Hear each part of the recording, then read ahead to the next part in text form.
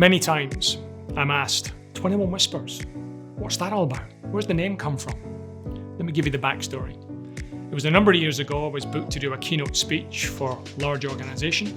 The night before, we were having some warm-up drinks. There was 4 or 5 of us chatting, and eventually people drifted off, and there was 4 left and 3 left and 2 left. And it was just me and Jan was her name.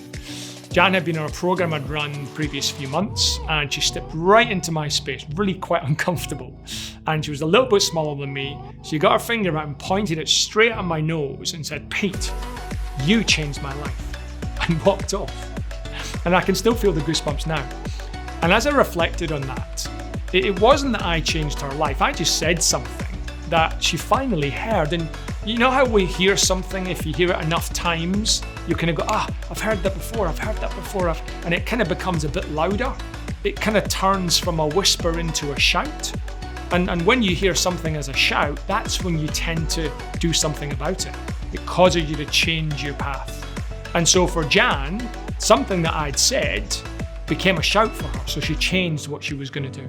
Now, I believe that life whispers to us. It keeps repeating the same message over and over again, and sometimes we don't quite know when we'll hear it as a shout causing us to do something about it.